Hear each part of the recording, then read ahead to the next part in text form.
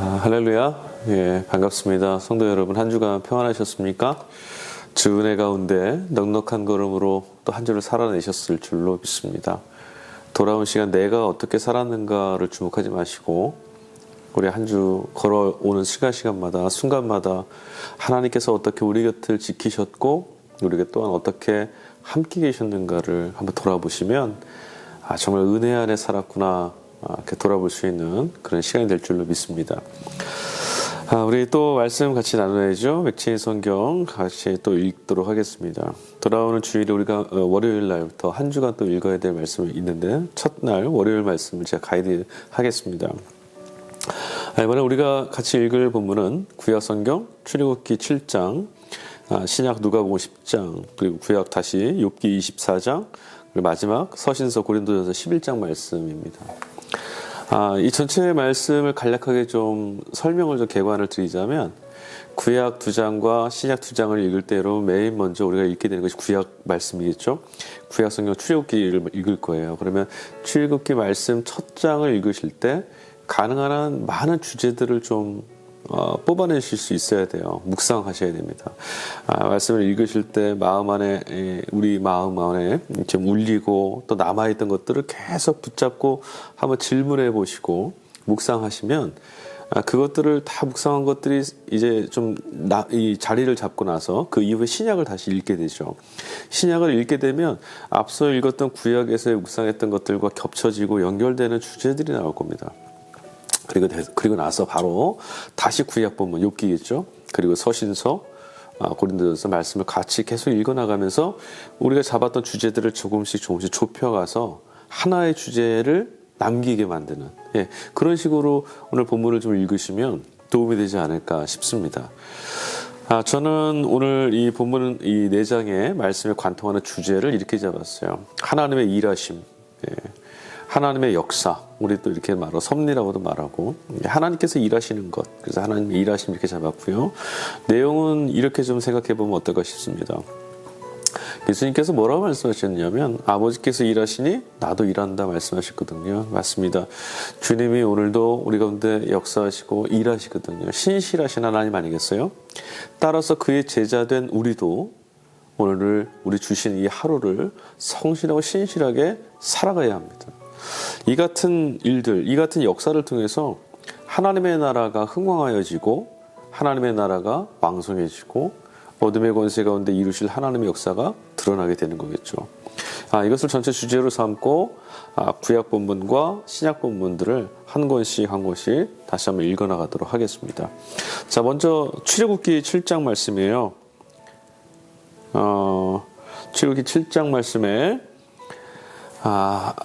첫 제목을 저는 이렇게 한번 잡아봤습니다. 말씀이 주어지고 말씀대로 살지 않는 이들, 말씀대로 행함과 말씀을 듣지 않는 삶, 이 두 가지로 구분을 좀 했고요. 전체는 뭐 구체적인 내용은 이거죠. 이걸 읽으셔서 이제 읽으시면 알겠지만 바로에게 하나님이 모세를 보내셨어요, 아론하고. 그래서 바로 앞에서 하나님께서 기적을 베푸시고 행하시죠. 그 행하시는 일들 가운데 나타난 하나님의 역사와 하나님의 역사를 가로막는 불순종하는 인간들의 모습이 드러납니다. 한번 보죠. 자, 1절 말씀에서는 여호와께서 하나님께서 모세를 부르시는 거죠. 그래서 바로에게 보냅니다. 근데 뭐라 말씀하셨냐면 내가 너를 바로에게 신처럼 보이게 하겠다 이렇게 말씀하셨어요. 대부분 여러분 우리는 우리 주변의 환경과 여건 세상을 바라볼 때 신처럼 여기지 않습니까? 그 앞에 가서 주눅 들고 또 암울해하고 낙담하는데 하나님께서는 도리어 뭐라 말씀하셨냐면 우리가 세상을 상대로 하는 신처럼, 그러니까 세상이 바라봤을 때 감당할 수 없는, 세상에 봐왔을 때 헤아릴 수 없는 그런 존재로 만드신다라고 하는 거예요. 우리가 우리 자신의 존재와 우리 자신이 어떤 의미를 갖고 이 세상을 사는지 잘 모르고 있을 뿐이지 하나님은 이런 존재를 만드셨다는 거예요. 그러니까 세상에서 두려워하고 또 절망하고 이런 존재가 아니라 그런 세상을 가로지르고 그런 세상에 소망의 빛을 비추어지는 존재로 우리를 삼으셨다는 거죠. 자, 그 다음 3절부터 5절 말씀은 바로에게 하나님께서 이제 모세를 보내실 때 뭐라 말씀하셨냐면 바로의 마음을 하나님이 완악하게 하셨다. 하나님께서 바로의 마음을 완악하게 하셨다기보다는 바로가 하나님 말씀을 받아들이지 못할 만큼의 하나님의 역사가 드러나게 될 것이고, 인간의 본성 자체가 하나님 말씀을 따르지 않는, 하나님의 그 주시는 어떤 길과 은총, 하나님이 우리에게 주시는 어떤 섭리, 참여되는 것을 거부하는 그런 본성, 바로에게서 나타난다는 말이거든요. 그때 하나님께서 자신을 드러내신다는 거예요. 언제요? 바로가 완악하여서 하나님의 뜻과 명령을 거부할 때, 그때 비로소 하나님이 자신을 드러내신답니다. 이게 도대체 무슨 말씀입니까? 하나님의 역사는 언제 드러나시는 것일까? 조금 더 살펴보죠. 자, 그래서 이제 모세가 바로 아론과 함께 찾아갔는데 10절 보니까요. 이제 모세와 이제 아론이 바로 앞에 가서 아론이 바로에게 앞에서 이제 지팡이를 던졌죠. 그 지팡이가 어떻게 됐어요? 뱀이 됐어요. 그런데 그 바로의 현인과 마술사들도 지팡이로 뱀을 만들었습니다. 근데 어떻게 됐습니까? 12절 가보니까 세상의 이 권세들도 아주 그럴듯하게 흉내를 내거든요. 권세 있는 것처럼, 능력 있는 것처럼, 그들도 지팡이로 뱀을 만들었어요. 그런데 아론이 던져서 만든 지팡이에 그 뱀이 마술사들과 현인들이 만든 그 지팡이를 잡아먹죠. 그러니까 흉내는 내지만 본질이 될 수는 없는 거예요. 근본적인 그들이 이것이 구원이다, 저것이 구원이다, 세상에 우리에게 아무리 많은 이야기를 해주고 그럴듯해 보여도 그것이 본질적으로 우리의 구원을 이루어줄 수 없다라는 것, 그 말씀이죠. 자, 12절 보니까요. 각 사람이 지팡이를 던지며 뱀이 되었으나 아론의 지팡이가 그들의 지팡이를 삼키더라. 하나님의 말씀이 진리이시고요. 세상에서 우리에게 주어지는 이야기들은 그럴듯해 보여도 우리가 붙잡으면 그것을 인생의 기둥과 근본으로 삼으면 필히 침몰하게 됩니다. 말씀이 진리이신 거죠. 자, 그 다음 14절 보니까요. 이런 이적을 펼쳐졌는데도 바로가 말을 듣지 않아요. 그 다음에 14절에 무슨 일이 벌어지느냐. 모세와 아론이 또 바로를 찾아가서 물이 피가 되게 하는, 나일강이 피가 되게 하는 역사가 나타나게 됩니다. 하나님께 저항하는 바로 앞에서 행한 하나님의 역사인 거죠. 그래서 17절, 19절 말씀 보니까 하나님이 물이 나일강이 이제 피가 되어서 고기가 죽고 악취가 나고 난리가 났습니다. 그런데도 보니까 19절 모세에게 이르시되 아론에게 명령하여 내 지팡이를 잡고 내 팔을 애굽의 물들과 강들과 운하와 못과 모든 호수 위에 내밀라 하라. 그것들이 피가 되리니 애굽 온 땅과 나무 그릇과 돌그릇 안에 모두 피가 있으리라. 그러니까 애굽에 있는 모든 것이 다 피가 돼버린 거예요. 그런데도 불구하고 이 바로가 어떻게 합니까? 말씀을 순종하지 않아요. 듣지를 않습니다. 여전히 바로의 마음은 완악하고 강팍합니다. 24절, 25절 보세요. 애굽 사람들은 나일강 물을 마실 수 없으므로 나일강가를 두루 파서 마실 물을 구하였더라. 여호와께서 나일강을 치신 이후 이레가 지나니라. 바로가 듣지를 않습니다. 마치 하나님의 행하신 일들과 역사를 보고도 믿지 못하는 우리들의 믿음 없는 마가 같지 않습니까? 이건 바로가 특별히 하나님께 저항하는 악한 존재, 마귀, 사탄 이런 것이 아니라 인간 본성을 보여주고 있는 것 같아요. 여하튼 보고도 믿지 않고 보고도 선택하지 않습니다. 자신이 갖고 있는 권자, 자신이 갖고 있는 권세, 이것이 가장 그 눈에 보이는 최고의 권세라고 믿고 그것만 의지하고 있다 보니 하나님이 보여주시는, 하나님이 역사하시는 것조차도 인정하지 않습니다. 바로가 그렇게 나왔어요. 자, 그 다음 누가복음 10장으로 한번 건너가 보죠. 여기도 마찬가지로 우리가 또 하나 볼 것이 있어요. 어떤 것이 드러나냐면 하나님의 일과 하나님의 일을 받아들이지 않는 인간의 모습이에요. 자, 70인에게 예수님께서 영적 권능을 주셨어요. 전도를 보내셨죠. 그랬던 예수님의 역사, 예수님의 권위, 권세. 그런데 보세요. 1절부터 3절까지 말씀 보니까 세상 가운데 제자들을 주님이 보내셨습니다. 추수할 일꾼들 전도하러 보내셨어요. 그런데 여기서 우리가 먼저 생각해 볼 게 있어요. 어디로 제자들을 보내셨어요? 예수님의 제자들, 하나님 백성들이 보냄을 받는 곳은 바로 오늘 우리가 함께 모여서 예배하고 하나님을 향한 믿음을 고백하는 이곳이 아니라는 거예요. 세상입니다. 우리의 믿음이 드러나는 곳도, 우리의 믿음이 발현되어야 될 곳도 세상입니다. 삶의 자리예요. 하나님이 계시지 않는 것처럼 하나님을 부인하고 하나님을 믿지 않는, 진리를 따라 살지 않는 그 세상에서 진리를 붙들고 믿음대로 살아가는 모습을 우리는 보여줘야 합니다. 그것이 우리가 보냄받은 곳이죠. 자, 그래서 보냄을 받았어요. 그런데 예수님이 뭐라 말씀하시면 5절, 6절 보니까 그들에게 평안을 건네줘라. 어느 집에 가든지 평안을 건네줘라. 그런데 그 집에서 너희들이 전하는 평안을 받지 않으면 어떻게 됩니까? 너희에게로 다시 돌아올 것이다. 이렇게 말씀해 줘요. 그 말은 무슨 말이에요? 평안을 전하는데도 그 평안의 말씀을 받지 않는다라는 거예요. 평안이 뭐 욕하는 것도 아니고 저주하는 것도 아니고 삶을 파괴하는 말도 아니고 영혼과 삶을 구원하는 복된 말씀을 전하고 복을 빌어주는데도 거부한다는 거죠. 이것이 우리들입니다. 세상에 이렇게 살고 있어요. 하나님의 뜻과 하나님의 말씀이 우리를 복되게 하시는데 그걸 거부하죠. 내가 잡고 있고 내가 보고 있는 것을 모든 것으로 여기기 때문에 그렇습니다. 자, 그 다음 9절과 12절 말씀은 병자를 고치는 일들입니다. 병자들을 고쳐주고 어느 마을에 가서도 병자 고쳐주고 그것으로 하나님 나라가 임하게 되는 역사가 나타날 때입니다. 그런데 불구하고 여기 뭐라고 또 돼 있냐면 그런데도 그들이 영접하지 아니하거든 거리로 나와서 거기서 너희에게 붙어있는 먼지를 떨어버려라 이렇게 말씀하고 있어요. 다시 뒤집어 보면 병자가 고쳐지고 그 오랜 병으로부터 구원받는 그런 기쁨의 역사가 나타남에도 불구하고 하나님의 손길과 역사를 거부하는 이런 일들이 있다라는 겁니다. 이런 역사 나타나면 다 믿을 것 같잖아요. 그렇지 않습니다. 인간은 그렇게 하지 않아요. 그 다음 16절 보니까 너희 말을 듣는 자는 곧 내 말을 듣는 것이라 너희를 저버린 자는 곧 나를 저버리는 것이라 예수님 말씀하셨어요. 우리가 여러분 보냄을 받아서 주님의 뜻대로 살아가지 않습니까? 우리가 전도도 합니다. 하나님 나라 복음을 전하고 믿음을 발현하면서 세상 가운데 살아갑니다. 그때의 모든 권세가 어디에 근거를 하느냐? 바로 주님이에요. 주님. 예. 지금 보세요. 하나님께서 지금 예수님께 권세를 주셨던 것처럼 그리고 하나님이 예수님을 보내셨는데 예수님을 부인하고 예수님을 거부하고 박해하고 핍박한 것이 결국 하나님을 믿지 않고 거부하는 거잖아요. 즉 다시 말해서 주님도 우리에게 똑같은 권위를 주셨어요. 우리들이 가는 길마다 어떤 권위를 갖고 가느냐? 주님의 권위를 갖고 가는 거예요. 그러니까 내가 부인을 받고 내가 거절당한 것이 아니라 주님, 우리를 보내신 그분이 거절당하는 거죠. 자, 그 다음 19절 말씀 보겠습니다. 주님께서 그 전도대에게 주신 말씀이죠.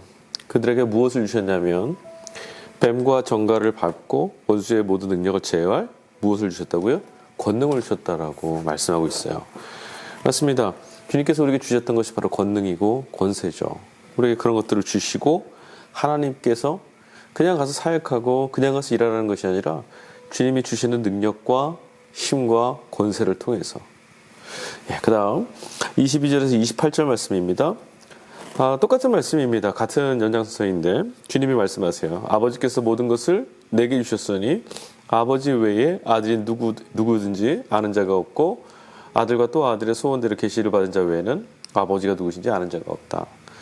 그래서 지금 무슨 말씀을 하시냐면 하나님께서 주님 당신께 모든 권세를 주셨다는 거예요. 주님도 아버지께로부터 받은 권세로 일하시고 사역하셨다. 그리고 그것을 알고 행하는 제자들, 바로 우리들을, 교회들에게도 주님도 똑같이 아버지께로 하나님께로부터 받은 위임받은 권위와 권세를 우리에게 위임해 주시는 거죠.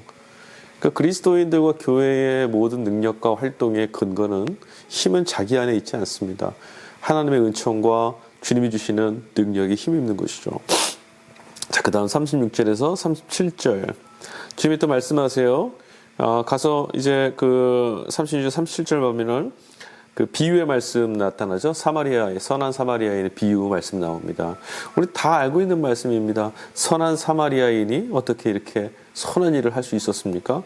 우리는 선행도 베풀고 또 선한 일도 하고 곳곳에서 우리가 그리스도인의 아름다운 모습의 삶의 흔적들을 드러내야 되잖아요. 그런데 그 일들조차도 우리 안에 가지고 있는 것으로 하는 게 아닌 거죠. 사실 우리 안에 있는 것으로는 선함의 의도와 선함의 결실이 일치하지 않을 때가 훨씬 많아요. 보세요.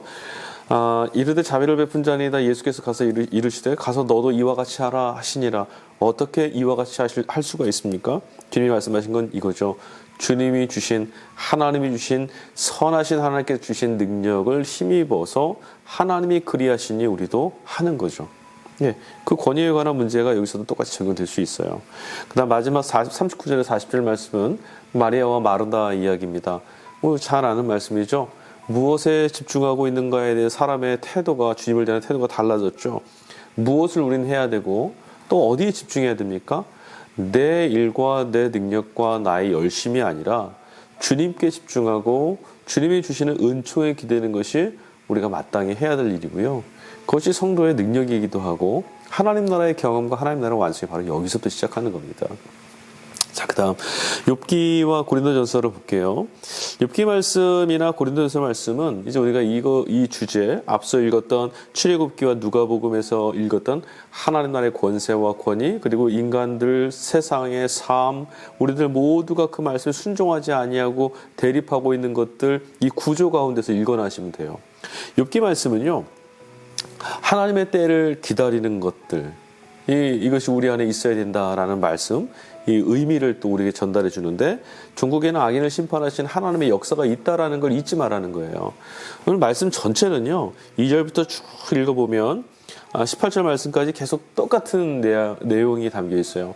악한 행실들, 악한 이들과 그 패악하고 하나님을 모르는 불의한 자들이 어떤 일들을 행하는가, 아주 끔찍한 말들이 많이 나옵니다. 시대상을 고발하는 것 같은데, 땅에 경계피를 옮기고 양떼를 빼앗아가고 고아의 나귀를 몰아가고 과부의 소를 볼모로 잡고 가난한 자를 길에서 몰아내고 세상에서 학대받는 자가 다 숨는구나.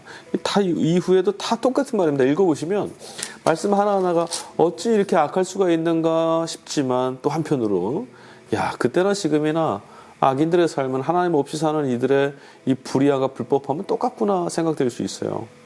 의인의 고난, 그리고 악인의 이 형통함 같은 어렵고 힘든 이 세상의 모습을 바라보고 있는 우리들에게, 그 다음 이제 결론을 봐야죠.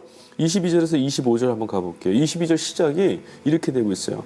앞에까지 쭉 악인들의 모습과 그들에 의해서 핍박당하고 고통당하는 이들의 모습을 잘 그려내다가 22절에 그러나 하나님이 그의 능력으로 강포한 자들을 끌어내시나니 일어나는 자는 있어도 살아남을 확신은 없으리라. 무슨 말씀입니까? 하나님의 날, 하나님의 능력으로 포악자들을 끌어내시고 심판하시는 하나님의 의로움을 회복하시는 그 모습을 그리고 있죠. 악인의 형통함이 아무리 거세고 드러나 보이고 사실같이 보이고 견고해 보여도요, 하나님은 하나님의 일을 이루실 겁니다. 우리 그것을 보고 있는 거죠.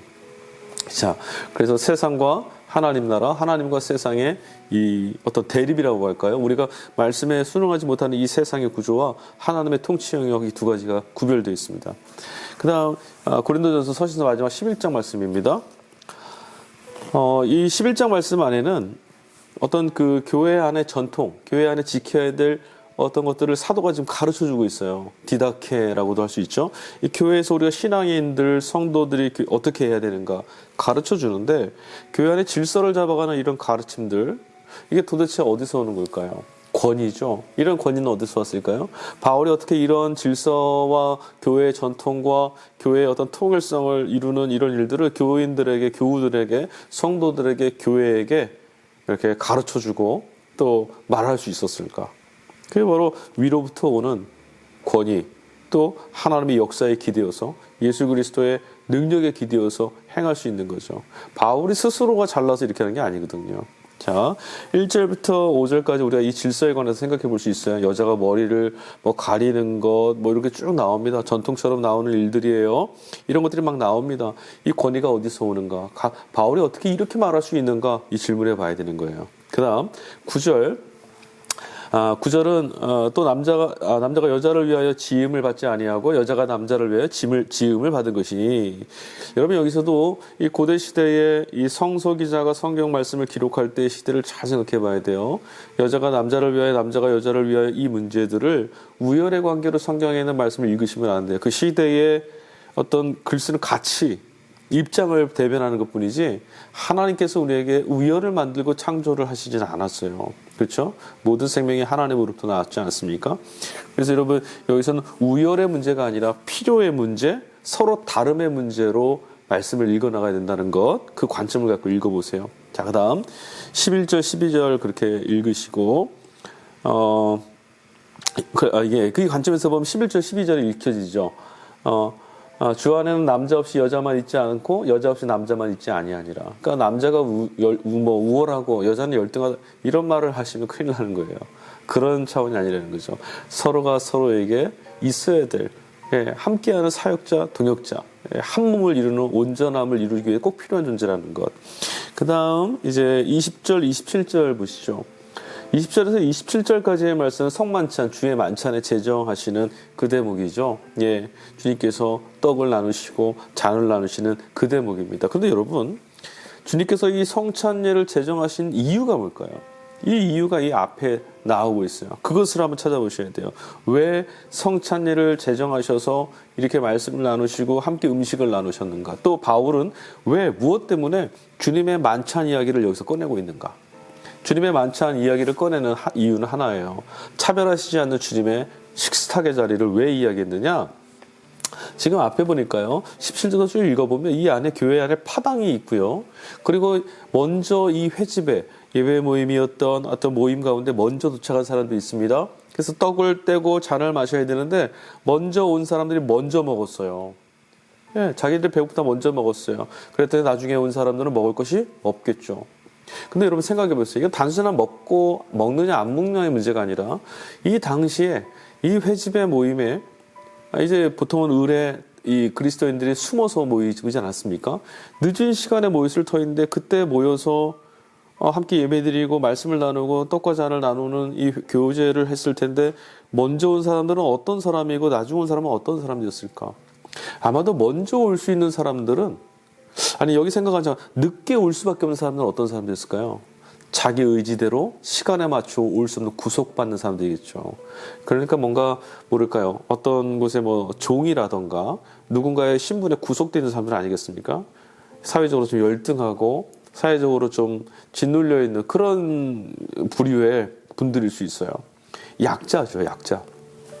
약자들이 나중에 와야 되는데 힘들고 배고픈 일이 나중에 올 터인데 먼저 올 수 있는 사람들이 그것들을 다 먹어버리면 나중에 온 분들이 어떻게 식탁에 같이 합니까? 먹을 수가 없잖아요. 그것 때문에 바울이 지금 만찬에 주님이 이 성례제를 제정하신 이 만찬 이야기를 먼저 하는 거예요. 먼저 먹고 그리고 나서 줄이는 자가 없게 하라. 이것이죠. 그리고 33절, 34절도요. 읽어보시면 서로 기다리라고 합니다. 예, 서로 기다려라. 사랑하고도 집에서 먹을지니 너희 모임이 판단받는 모임이 되지 않게 하려 합니다. 예, 이렇게 말씀을 하고 있어요. 이 명령은 지금 바울이 하는 이 가르침은 왜 무엇을 목적으로 하고 있습니까? 서로를 살리고 서로가 하나 되고 서로를 격려하고 서로를 지켜내는 교회 되게 하려고 하는 것이죠.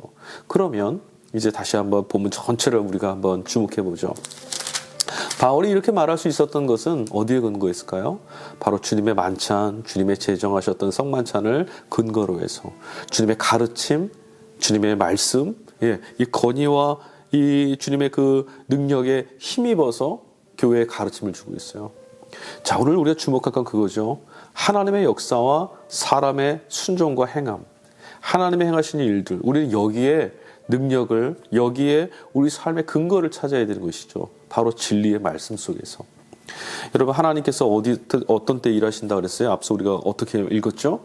하나님은 우리가 주님을 믿고 따라야만 할 수밖에 없는, 주님을 믿지 아니하거나 도대체 살 수 없는 그런 자리에서 우리가 주님을 믿을 때, 주님을 신뢰할 때, 주님을 따를 때 그 역사하심을 보여주세요.